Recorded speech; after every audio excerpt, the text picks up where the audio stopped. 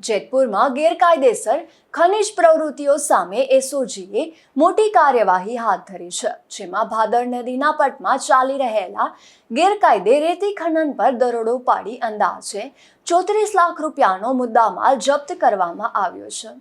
રાજકોટ એસઓજીની ટીમે જેતપુર નજીક ગજપીરની દરગાહ પાસે ભાદર નદીના પટમાં ઓચિંતો દરોડો પાડી ગેરકાયદેસર રેતી ખનનનો પર્દાફાશ કર્યો હતો, જેમાં પોલીસને મળેલી આ બાતમીના આધારે કરવામાં આવેલી કાર્યવાહીમાં કોઈ પણ પ્રકારની મંજૂરી વગર સાદી રેતીનું ખનન અને વહન કરવામાં આવી રહ્યું હોવાનું સામે આવ્યું હતું।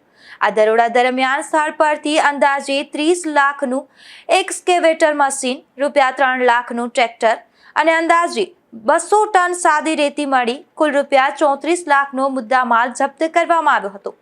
પોલીસે તમામ વાહનોને ડિટેઇન કરી જરૂરી કાર્યવાહી હાથ ધરી છે। સમગ્ર મામલે કમ્પાઉન્ડિંગ દંડ સહિતની કાર્યવાહી માટે સત્તાવાર રિપોર્ટ ખાણ અને ખનિજ વિભાગને મોકલવામાં આવ્યો છે। આ કાર્યવાહી બાદ વિસ્તારમાં ગેરકાયદેસર ખનન પ્રવૃત્તિ સાથે જોડાયેલા તત્વોમાં ફફડાટ ફેલાયો છે। પોલીસનું કહેવું છે કે કુદરતી સંપત્તિના ગેરકાયદે શોષણ સામે આવી કાર્યવાહી આગામી સમયમાં પણ યથાવત રહેશે। Bureau report, Gujarat news, Jetpur.